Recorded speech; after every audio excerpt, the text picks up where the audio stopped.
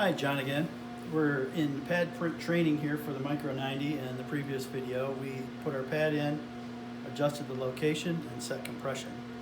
So now we want to adjust, in this case on a one-color machine, where the part is relative to the pad. We want the pad to be in the right location. So we have to move the part, actually, because the pad we've already located to the image on the plate. Now we want to see where the image is going to be on the part. So again, using stepping motion, I'll actuate my pad down until it's almost touching the object that I want to print. And then I'll look. Right and left axis here, I can use the table and I can adjust until I'm right on the North Pole for this golf ball, which is where I want to be when I'm printing on a sphere. And also front to rear, I can adjust the ear so that I'm what appears to be on the North Pole in the right location. Then I'm going to lock my table. If you're not familiar with the adjustments on this table, there's another video that goes into detail about what all these screws do and how this table operates. So I'm locking my position here. Let me go ahead and I think that this is in the correct location. If I'm not sure, if I'm going to get the whole image and I don't want to waste parts, this is a good time to use some packing tape. A lot of times I'll just take a small piece of packing tape like this, and if I have a master part, in other words I'm printing on a part I've already printed before in production, I'll put that in the nest and then I'll put tape over the print that was there in the correct location, and that way I can print onto the tape and locate my part until I'm printing directly over the pre-existing print, so I know I'm in the right location. Here we're just shooting blindly at a golf ball for the first time. So I don't waste the golf ball or have to wipe it off, I'm going to go ahead and just put a little bit of tape on here, cover the golf ball, and I'm going to put the machine, turn off doctor only mode, go into single cycle, which is this button right here, and I'm going to go ahead and press start or step on the foot pedal, and it's going to print this golf ball. Okay, so there is a partial image here. I know that that's not the entire image I wanted to print. So because I haven't printed the entire image, the first thing I want to do is I want to look at my pad.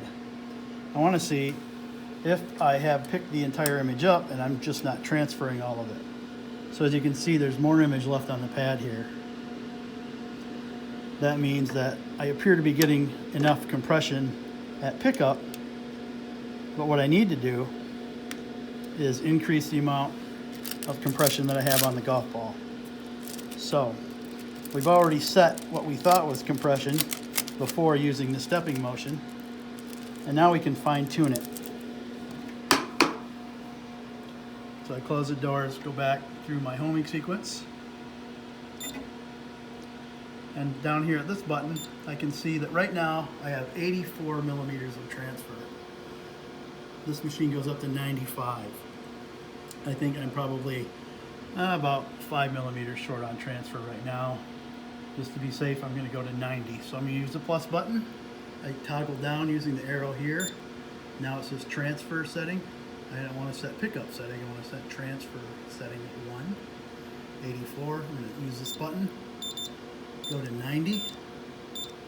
Enter. And now we'll go back here to semi-automatic and perform another test print on the ball to see if I get all the image this time. So I'm going to press start and print again.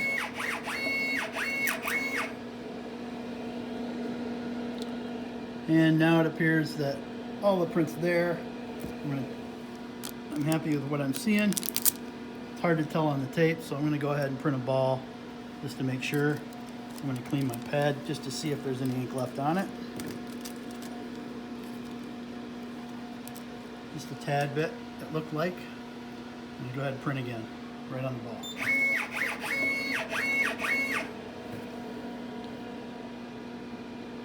So, I'm still missing, I don't know if you can see, innovative word is missing right there a little bit.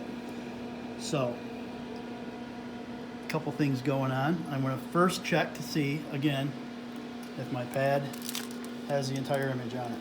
You don't want to keep opening the doors and closing them. One thing you can do is use a little mirror like off a compress or a compact, a makeup mirror, for example. So Still missing just a little bit.